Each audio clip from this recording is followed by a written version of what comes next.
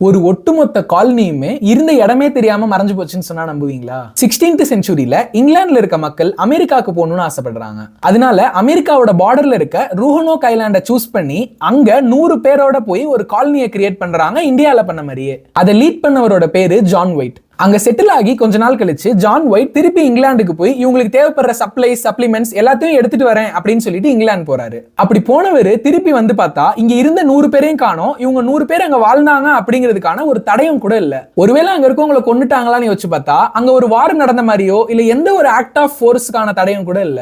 இங்கிலாண்டை சேர்ந்தவங்க அந்த இடத்த ஃபுல்லா இன்வெஸ்டிகேட் பண்ணியும் ஒரு சின்ன க்ளூ கூட கிடைக்கல, ஒரு விஷயத்தை தவிர. அங்க இருந்த ஒரு மரத்துல குரோஷியன் அப்படிங்கிற ஒரு வார்த்தை மட்டும் ஃப்ரெஷ்ஷா எழுதப்பட்டிருந்தது. இந்த பேரு அந்த தீவுக்கு பக்கத்துல வாழ்ற பழங்குடி மக்களோட பேரு. உடனே வேகமா அவங்க வசிக்கிற இடத்துக்கு போயும் விசாரிக்கிறாங்க. ஆனா அங்கேயும் எந்த ஒரு பதிலும் கிடைக்கல. எந்த ஒரு ஆன்சரும் கிடைக்காம இங்கிலாந்துக்கே திருப்பி போயிடுறாங்க. அந்த 100 பேர் என்ன இருப்பாங்கன்னு நீங்க நினைக்கிறீங்கிறத கமெண்ட்ஸ்ல சொல்லிட்டு இது மாதிரி டெய்லி ஒரு வீடியோ உங்க ஃபீட்ல வரணும்னு நினைச்சீங்கன்னா மறக்காம நம்மள ஃபாலோ பண்ணிருங்க.